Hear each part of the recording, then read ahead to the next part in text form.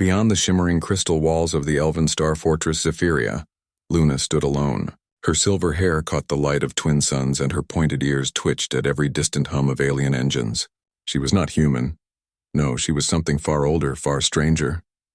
An elf of the void, born among nebulae and raised on comet ice. Yet her heart beat for one fragile, brilliant species: humanity. At her feet curled Ember, her smallest dragon, no larger than a house cat, but with scales like molten copper and eyes that held miniature galaxies. Ember chirped softly, sensing Luna's unease. "They're coming," Luna whispered.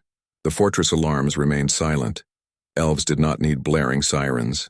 Their very walls pulsed with living crystal, humming warnings through bone and blood. Outside, 3 jagged warships of the Cathar Alliance hung in orbit, black as dead stars.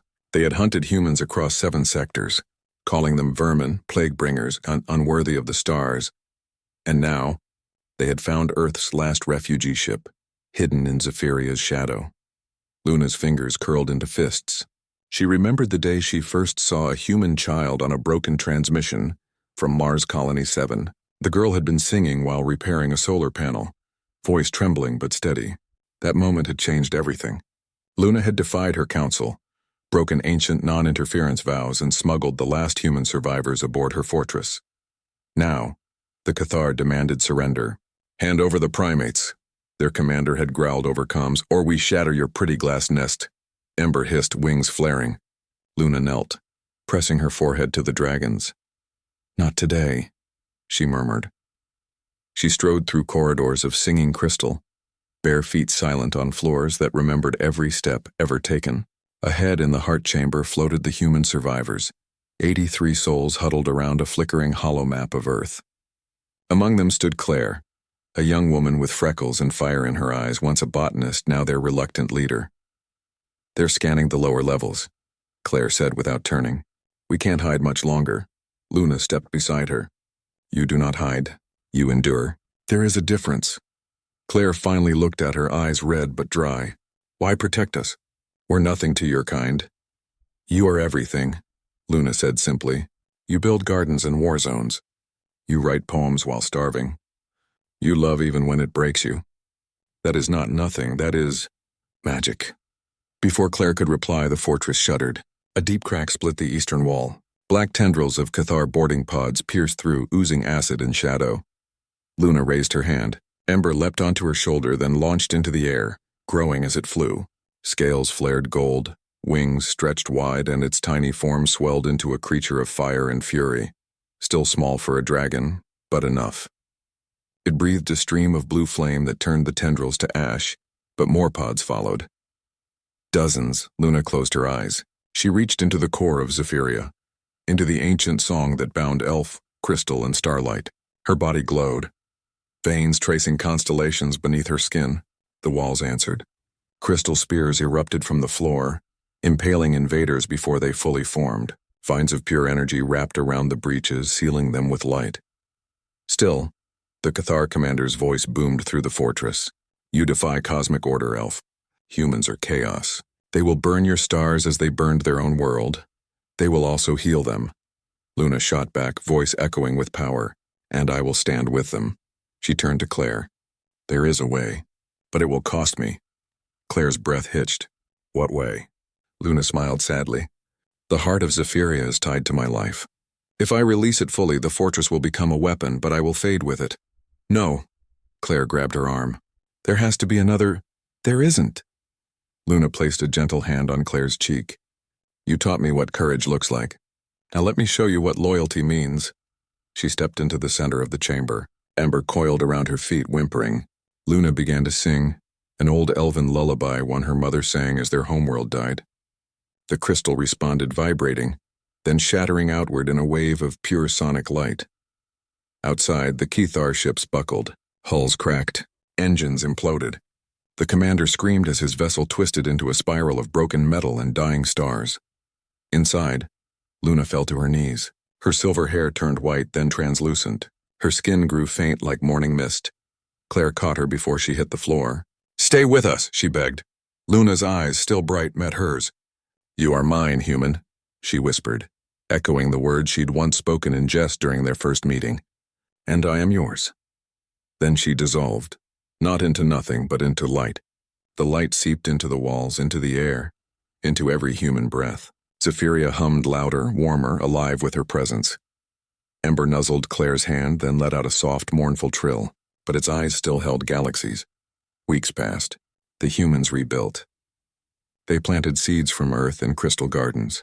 They taught Ember to fetch tools and purr like a kitten, and every night Claire stood at the eastern wall, now healed, now glowing faintly silver, and spoke to the wind. "We're still here," she'd say, and sometimes, just sometimes, the wind would whisper back. But peace never lasted long in the void. One evening, as Claire checked the hydroponic bays, Ember suddenly froze. Its scales darkened from copper to deep violet, a sign of danger only Luna had ever explained. Claire felt it too, a strange vibration in the floor, not from Zephyria's core but from outside. Something was approaching. Not Cathar. Something older. A single ship emerged from the dust clouds of the dead nebula. It was smooth, organic, shaped like a curled leaf. No weapons visible. No comm signal. Just silence. Claire called a meeting. The humans gathered in the heart chamber, faces tense. Some wanted to flee. Others wanted to fight. But Ember kept staring at the ship, head tilted, almost curious. Then the ship opened. Not with a ramp or a door, but by unfolding like a flower blooming in slow motion. From its center floated a figure. Tall, slender, wrapped in robes woven from starlight and moss. Her skin shimmered like moonstone, and her eyes held no pupils, just endless silver pools. She stepped onto Zephyria's outer platform. The crystal did not reject her. It welcomed her. Claire, heart pounding, stepped forward alone. Ember followed, wings half spread. "Who are you?" Claire called. The stranger bowed deeply. "I am Lyra," she said, voice like wind through ancient trees. "Last of the Star Weavers. And I have come for the elf." Claire stiffened. "Luna is gone." "Gone?" Lyra smiled gently. "No, she sleeps. And her sleep is killing this fortress," Claire frowned. "What do you mean?"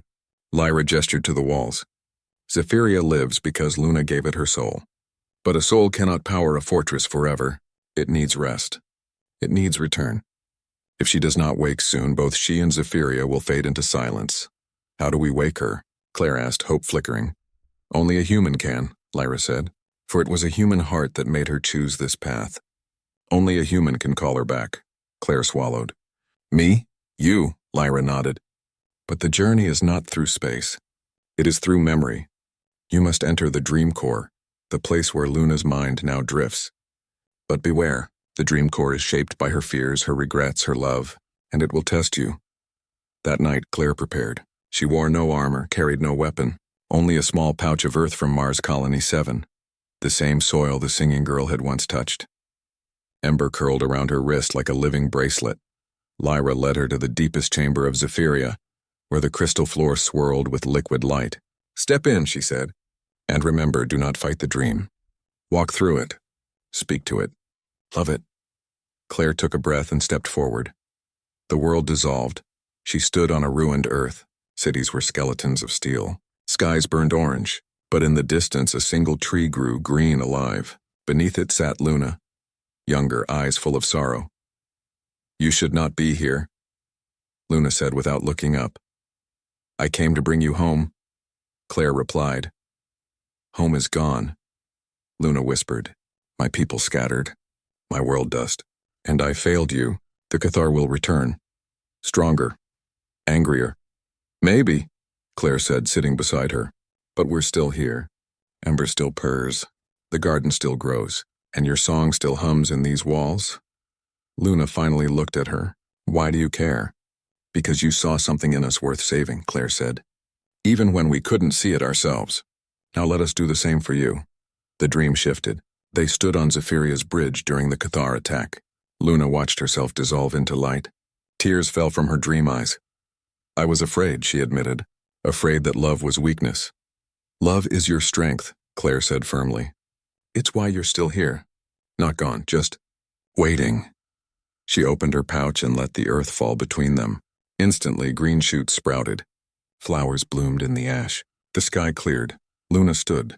"You really believe we can survive?" "Not just survive," Claire said, smiling. "Thrive together." The dream faded. Claire found herself back in the chamber, gasping. But now the crystal pulsed with a steady, strong rhythm, and from the center of the room, light gathered, forming arms, a face, silver hair. Luna stood before her whole again. Her eyes met Claire's, full of wonder. "You called me back," she said. "You were never really gone," Claire replied. Ember leapt into Luna's arms, chirping wildly. Lyra watched from the doorway, nodding in approval. "The Star Weavers foresaw this," she said. "An elf and a human bound not by blood but by choice. You are the first of a new kind." Goo. Weeks after Luna's return, Zephyria settled into a new rhythm. The fortress no longer hummed with lonely sorrow but with a steady, shared pulse, elf and human hearts beating in quiet harmony. Claire and Luna walked the crystal halls together, planning, talking, sometimes just sitting in silence as Ember curled between them, purring like a contented storm. But peace in the void was never more than a breath long. One morning, as Claire checked the solar arrays, she noticed something strange. The stars outside looked wrong. Not dimmer, not brighter, but shifted, as if someone had moved them while no one was looking. She called Luna. Luna stepped onto the observation deck, her silver hair catching the pale light. She frowned. "The constellations are altered," she said softly. "This is not natural." Ember, perched on her shoulder, let out a low growl. His scales flickered from copper to deep indigo, a warning Claire had learned to trust. Then the comms panel lit up. Not with a voice, but with a symbol. A black spiral wrapped around a dying sun. Luna went pale. "The Void Weavers," she whispered. "Who are they?" Claire asked. "Not warriors. Not conquerors, worse." Luna's voice trembled slightly. "They are architects of silence. They do not destroy worlds. They unmake them. Erase them from time, from memory, from starlight itself. If a planet resists, they fold it into a pocket of nothing, where it never existed at all." Claire felt cold. "Why would they come here?" "Because we exist," Luna said. "Because we are loud. Because we dared to save humans, and now we dare to hope." Sure enough, a ship appeared on the edge of sensor range. It was not sharp like the Cathar warships, nor organic like Lyra's leaf vessel. It was smooth, featureless like a drop of oil floating in water. It made no sound, emitted no signal. It simply was, and it was growing, not in size, but in presence. The space around it bent, twisted. Nearby asteroids vanished, not exploded but erased, as if they had never been. "They're testing us," Luna said, "seeing if we are real enough to be worth unmaking." Claire clenched her fists. "We're real. To them, reality is a flaw," Luna replied. "They believe the universe should be pure, empty, silent.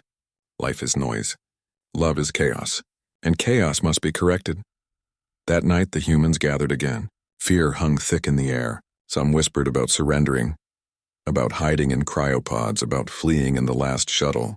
But Claire stood tall. "We don't run," she said. "We don't hide. We prove we belong here." Luna nodded. "But how do you fight something that erases truth itself?"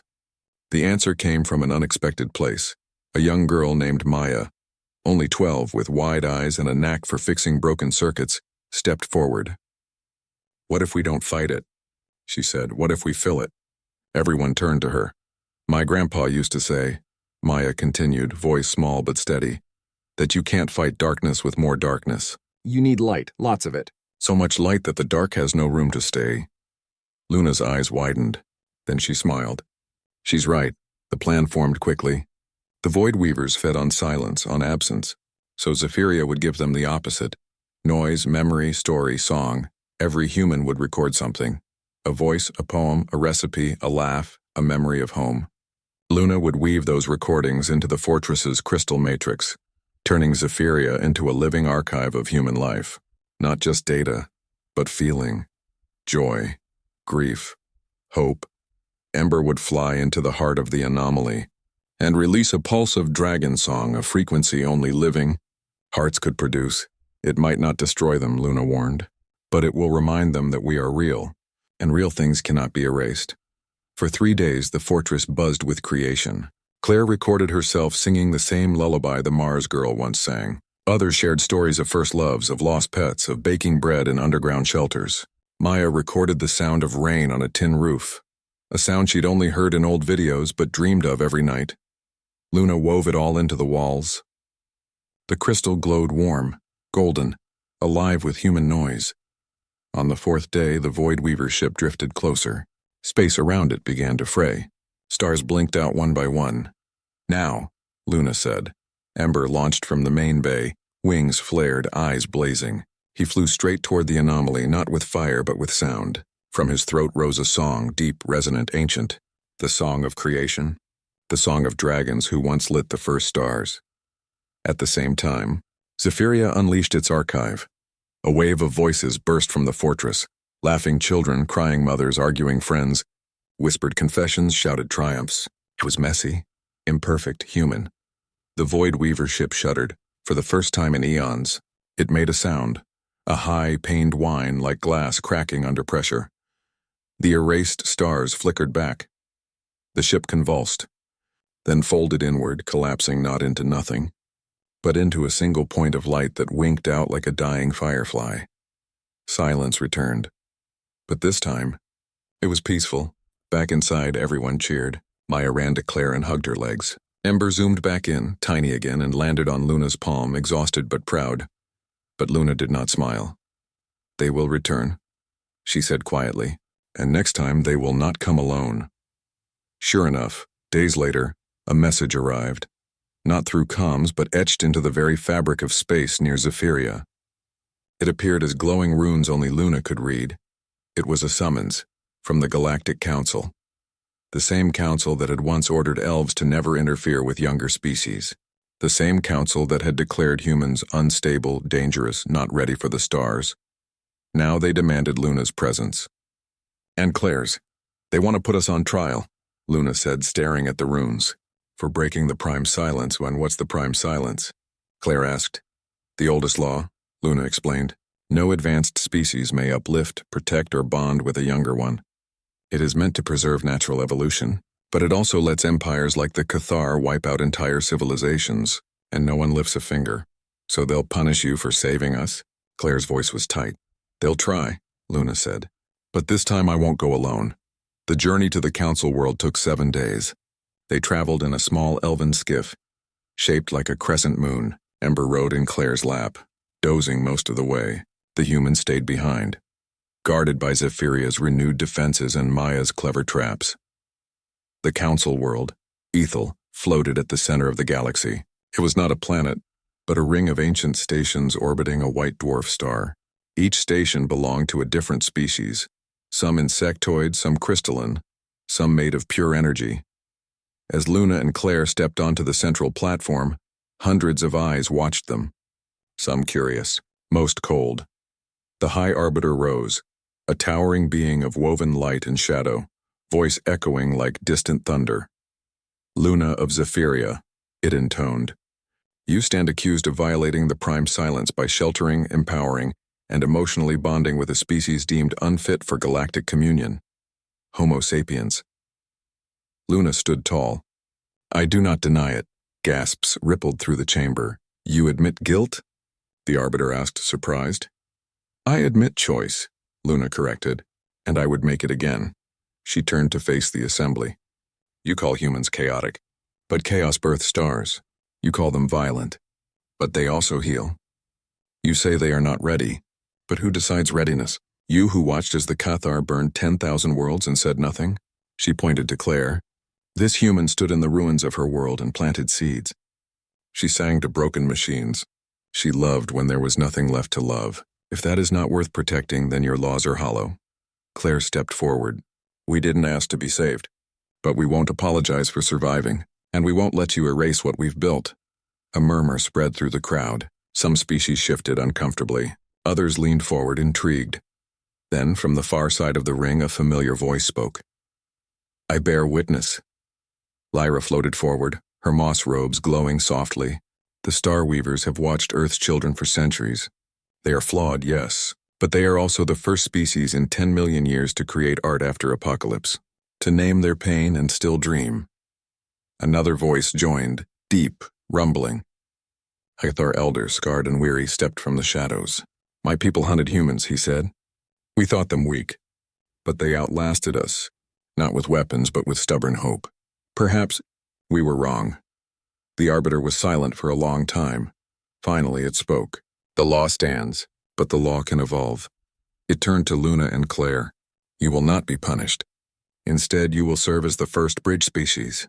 Zephyria shall become a sanctuary for all young civilizations facing extinction, and humans will be granted provisional membership in the galactic community. Claire couldn't believe it. Really? On one condition, the Arbiter added. You must prove humanity's worth not through strength but through generosity. Find another dying species. Save them as you were saved. Luna smiled. We already have. She gestured to Ember, who fluttered up and released a soft pulse of light. In it appeared an image. A small, furry creature with 6 eyes and trembling hands hiding in the ruins of a poisoned moon.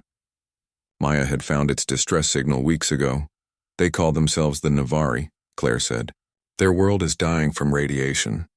They have no ships, no hope. Then hope is what you will bring them, the Arbiter said. The journey back to Zephyria was quiet, but full of purpose. As their skiff re-entered orbit, they saw the humans already preparing. Building extra quarters, testing medical pods, packing seeds and tools. The rescue of the Navari began quietly. Zephyria descended through the thick, rust-colored clouds of their dying moon. Careless like a silver leaf falling through smoke. Below, the land was cracked and gray, rivers dry, trees skeletal. But in the ruins of a buried city, tiny lights flickered. Lanterns made from salvaged glass and hope. Claire stood at the skiff's ramp, heart pounding. Beside her, Luna adjusted the filters on her breathing mask. Ember perched on her shoulder, scales dimmed to a soft amber. Calm, but alert. They're scared, Luna murmured, her elf senses picking up the tremors of fear radiating from below. They've seen ships before. None came to help. Then we show them we're different, Claire said. They stepped onto the ash-covered ground. Behind them, Maya and 2 other humans carried crates of medicine, nutrient paste, and clean water filters. No weapons, no armor, just open hands. From the ruins, figures emerged. Small furred beings with 6 eyes that blinked in shifting patterns. Their ears twitched like nervous leaves. The tallest one, an elder with silver-tipped fur, stepped forward. You are not Cathar, it said in broken galactic standard, voice thin as wind through bones. We are friends. Claire replied gently. We came to help. The elder hesitated, then touched its chest. I am Torin, my people. We have little left, we don't need much, Luna said. Just a place to stand together. That simple phrase, a place to stand together, became their promise. Over the next days, humans and elves worked side by side with the Navari. They dug wells that tapped into deep, clean aquifers. They planted fast-growing lichen that pulled toxins from the soil. Maya taught the Navari children how to build solar stills using broken mirrors and plastic sheets. Ember, surprisingly, became the bridge. The Navari had legends of sky serpents who once brought rain to their world. When they saw the little dragon curl around a sick child and hum a warm, glowing tune, they wept. He sings the old song, Torin whispered one evening, watching Ember nap in a circle of Navari pups. The one our ancestors said would return when the world healed. Luna smiled. Maybe it's returning now. But not all was calm. Deep in Kaelus's crust, something stirred. The Navari called it the hollow hunger, a force that had grown since the great poisoning. It wasn't alive, not exactly, more like a wound in reality, fed by despair. The more the Navari suffered, the stronger it grew, and now, with hope returning, it fought back. It began with nightmares. Navari children woke screaming, claiming shadows had whispered their names. Humans reported tools vanishing, then reappearing bent and cold. Claire found her journal filled with strange symbols she didn't write. Then one night, a section of the refugee camp collapsed. Not from quake or decay, but because the ground simply forgot it was there. Luna knew at once. It's feeding on fear, she said, standing at the edge of the sinkhole. The hollow hunger isn't a monster.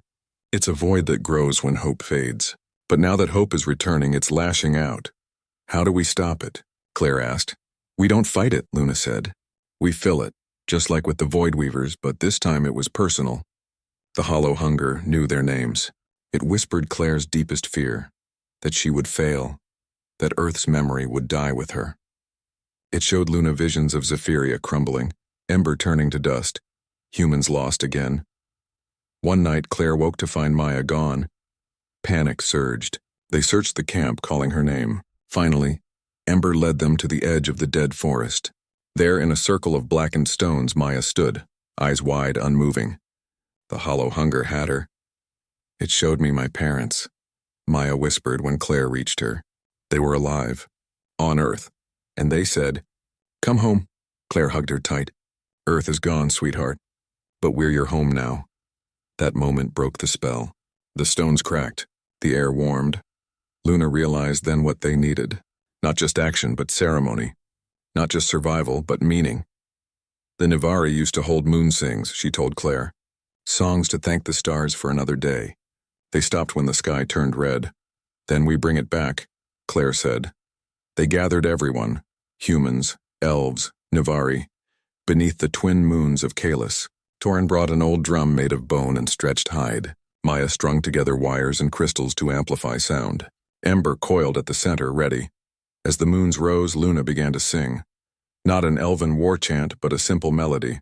The same lullaby from Mars Colony 7. Claire joined in, voice rough but true. Then the Nivari. Their six-part harmonies weaving through the air like threads of light. Humans clapped. Children danced. The ground trembled, not with collapse, but with response. From the sinkhole, a soft green glow rose. Tiny plants pushed through the ash. The air smelled of rain. The hollow hunger did not vanish, but it shrank, curled up, slept. Hope, it seemed, was louder than despair. Weeks later, Kalis bloomed in patches. Green returned. The Nivari built new homes from reclaimed metal and living vines. Torin stood before Luna and Claire holding a small seed pod. "This is the last heart root of our world," he said. "It only grows where kindness has been planted. We give it to you." Luna accepted it with both hands. "We will carry it well." As Zephyria prepared to leave, Maya hugged every Nivari child. Amber let them each touch his wing. A gift, they said, that would bring dreams of clear skies.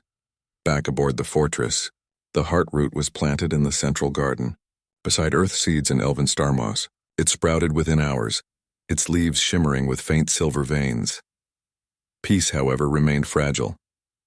Days after their return, a distress call crackled through deep space channels, not from a known species, not even in words, just a repeating tone, 3 notes over and over like a heartbeat slowing. Luna recognized it at once. It's a cry for help, from a ship that shouldn't exist. She pulled up star charts. The signal came from the dead zone, a region where no ship had returned in centuries. Space there was twisted, time unreliable. Many believed it was cursed. "We have to go," Claire said. "It could be a trap," Luna warned. "Or it could be someone like us," Claire replied. "Alone, afraid, waiting." They argued, but in the end they both knew the answer. Zephyria entered the dead zone with shields raised and hearts open. The stars here were dim, colors muted. Time felt thick, like wading through syrup. Ember stayed close to Luna, his usual chirps replaced by low, watchful hums. Then they saw it. A vessel, ancient beyond measure, shaped like a spiral shell. Its hull was scarred with symbols older than the Galactic Council, and drifting beside it, hundreds of escape pods, all empty except one. Inside that pod floated a single being, human, but not from Earth. Her skin was pale blue, her hair white as moonlight. She wore a uniform unlike any Claire had seen, patches of fabric stitched with constellations not in their sky. When they brought her aboard, she woke slowly, eyes wide with confusion. Where is the 7th Fleet?" she whispered. Luna knelt beside her. "There is no 7th Fleet. Not anymore." The woman, her name was Elise, told a story that chilled them. She was from a human colony called Orion's Cradle, founded centuries before Earth's fall. They'd developed faster than light travel on their own, hidden from the galaxy. But when they tried to reach out, the Cathar found them. Orion's Cradle was destroyed. Elise's ship fled into the dead zone, hoping to hide. But time bent here. What felt like weeks to her was centuries outside. "I thought I was the last," she said, tears falling like liquid glass. "I've been sending that signal for I don't even know how long." Claire held her hand. "You're not alone anymore." But Elise's arrival brought more than sorrow. It brought questions. If humans had spread before Earth fell, were there others? Hidden colonies? Lost ships? The Galactic Council had assumed humanity began and ended with Earth. But what if they were wrong? Luna contacted Lyra. The Starweaver appeared on the comms screen, eyes wide. This changes everything, Lyra said. If multiple human lines exist, you are not a single species, you are a diaspora. And diasporas cannot be erased. The implications were huge. The prime silence protected young species. But a species with multiple independent origins, that was rare. Sacred. Meanwhile, Elise adjusted slowly. She marveled at Ember, cried at the sight of Earth seeds, and taught Maya old navigation songs. But she also carried a secret. One night, she led Claire and Luna to her pod. Inside a hidden compartment lay a data crystal. This is why the Cathar really came, she said. Not just to destroy us. To steal this, she played at images filled the air, a map. Not of stars, but of something deeper. Veins of living energy running through the universe. The ley lines of creation. Orion's cradle had discovered how to tap into them. Not for weapons. For healing. For growing worlds. The Cathar want to weaponize it, Elise said.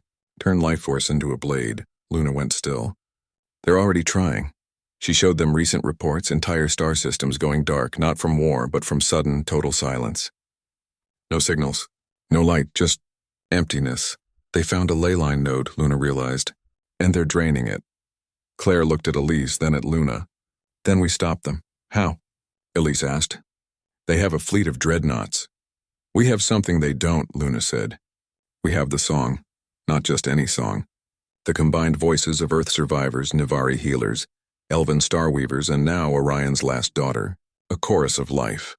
They would not attack the Cathar. They would awaken the ley line. Zephyria set course for the silent system. Viridia Prime. Once a garden world, now a black hole of stillness. The signals kept coming. Not loud, not clear, but steady. Like heartbeats from distant rooms.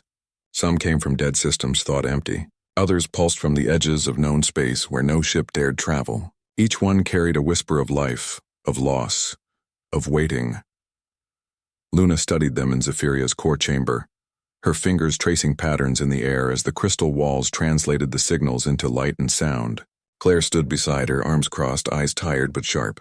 Ember dozed on a warm ledge nearby, scales glowing faintly with the rhythm of the fortress. They're not random, Luna said. They're answering us. After Viridia Prime, something had shifted. The act of healing a ley line node, of turning war into bloom, had sent ripples through the fabric of space. And those ripples were calling others who had hidden, suffered, or been forgotten. One signal stood out. It came from the ash belt, a graveyard of shattered planets orbiting a dead star. The message was simple, repeated in over a dozen languages, including Old Earth English. We remember you. Who remembers us? Claire asked. Luna's eyes narrowed. Someone who knew Earth. Or Orion's cradle. Or both. They decided to go.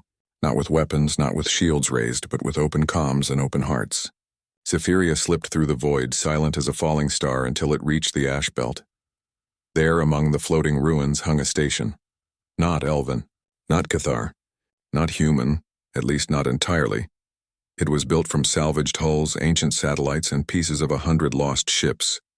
Vines grew through its corridors. Solar panels bloomed like flowers, and at its center floated a garden dome, glowing green against the gray. As Zephyria approached, a small shuttle detached and flew toward them. No weapons, no demands, just a single figure in a patched flight suit. When the airlock opened, Claire gasped. The figure removed her helmet. She looked human, but her eyes shimmered with flecks of gold, and her hair moved as if underwater, though there was no gravity shift. She smiled. Claire, she said. Luna, I've waited so long. Do we know you?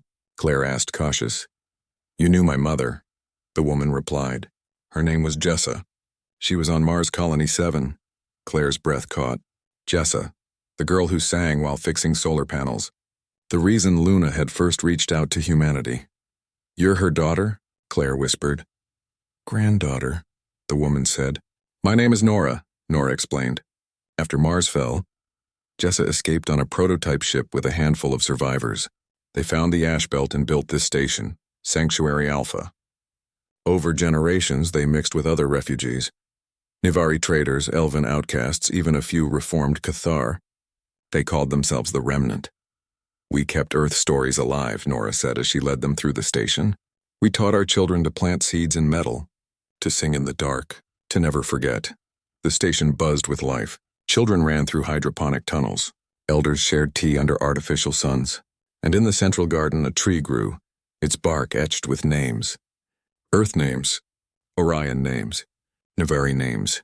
You've been watching us, Luna said. Nora nodded. Since Zephyria first appeared? We saw you save the Navari, heal Viridia. Welcome, Elise, we knew. You were the ones. The ones for what? Claire asked. Nora stopped before a sealed door. For this. She opened it. Inside lay a ship, not just any ship. It was sleek, silver, shaped like a teardrop. Its hull hummed with the same energy as Zephyria's core, and at its nose was a symbol, a spiral cradling a flame. The last seed ship, Nora said. Built by Jessa and the first remnant. It can carry life, not just people, but soil, water, seeds, memories, to dead worlds. But it needs a pilot who understands both stars and soil. She looked at Claire. And a guardian who speaks the language of crystal and soul. She looked at Luna. You want us to take it? Claire asked. Not just take it, Nora said. Fly it together. The galaxy is full of broken places, and now you have the means to mend them. Back on Zephyria, the humans and Navari debated. Some wanted to stay safe. Others burned with purpose. Maya was the first to speak. Earth is gone, she said. But maybe we can make new Earths, Elise agreed. Orion's cradle taught us that life doesn't need a home to begin. It just needs a chance. Luna stood with Claire on the observation deck that night. Ember slept between them. Are you sure? Luna asked. Claire watched the seed ship dock beside Zephyria, glowing like a promise. I didn't choose to lose Earth. But I can choose what comes next, they decided. Zephyria would remain a sanctuary, now guided by Torin, Elise, and Maya. Claire and Luna would take the seed ship, named First Breath, and sail into the unknown. Their first mission came quickly, a signal from the Crimson Veil, a nebula where time moved strangely. A world there once lush had fallen silent after a Cathar experiment gone wrong. Its people were trapped in loops of memory, reliving their last happy day over and over, unable to move forward. First Breath entered the veil like a needle through silk. Inside, the sky burned red and the air tasted of old sorrow. On the surface, they found a village frozen in time. A child played with a ball that never fell. A couple danced in a square that never ended. Their eyes were open but empty. They're not dead, Luna said. They're stuck between moments. To free them, they needed to give them a new memory. A real one. Claire stepped into the square and began to sing the Mars lullaby. Luna joined her, voice weaving through time like thread. Ember flew above, releasing pulses of warm light. Slowly, the loop broke. The ball fell. The music stopped. The couple blinked, confused, then wept. We thought it was a dream, the woman whispered. It was, Claire said gently, but now you're awake. They stayed for days, helping the people rebuild not just homes, but futures. They planted seeds from First Breath's hold, taught them how to read the stars again. And before they left, the villagers gave them a gift, a vial of crimson sand that glowed when held by someone who had loved and lost. So you never forget why you heal, the village elder said. Mission after mission followed. They found a water world where the oceans had turned to glass. Using ley line energy, they softened the surface, brought back the tides. They met amphibious beings who sang in bubbles and gifted them pearls that held memories. They flew to a desert moon where machines had outlived their creators. The machines, lonely for centuries, mistook Claire for their long-lost engineer. Instead of correcting them, she sat with them, told them stories of Earth, and taught them how to dream again. Through it all, Claire and Luna grew closer, not with grand words but quiet moments, sharing rations, watching nebulae bloom, holding each other after hard days. One night, as First Breath drifted near a newborn star, Claire asked, "Do you ever miss Zephyria?" Luna looked at her. "Zephyria was my home, but you are my heart," Claire smiled. "Then we're home wherever we are." But the universe was not done testing them. A new threat emerged, not from war, but from silence of a different kind. A species called the Echo Collective began spreading through the outer rim. They offered peace, unity, eternal calm. But their peace came at a cost. They absorbed other species into their hive mind, erasing individual thought, memory, even names. "They don't kill you," a refugee told them, trembling. "They make you forget you were ever you." First Breath intercepted an echo vessel near a young colony of tree dwellers. The collective had already begun their work. Beings stood in rows, eyes blank, repeating the same phrase. We are one. We are calm. We are gone. Luna knew they couldn't fight this with force. The echo fed on isolation, on the fear of being alone, so they did the opposite. Claire broadcast a message from First Breath, not a warning, but a song. A messy, joyful human song full of laughter, mistakes, and love. Luna wove in elven star chants, Nivari harmonies, Orion lullabies, and the crimson sands' soft hum. The echo vessel shuddered. Individuals broke from the rows. One touched their own face, confused. Another whispered, "I remember my mother's voice." The hive mind cracked, not from attack but from memory. The echo ship retreated, not in anger but in confusion. For the first time, they had felt something they could not absorb. The beauty of being separate and still connected. Afterward, Claire and Luna sat in First Breath's garden nook, exhausted but proud. "We're not just planting seeds," Claire said. "We're reminding the universe how to feel." Luna took her hand, and that is the most powerful magic of all.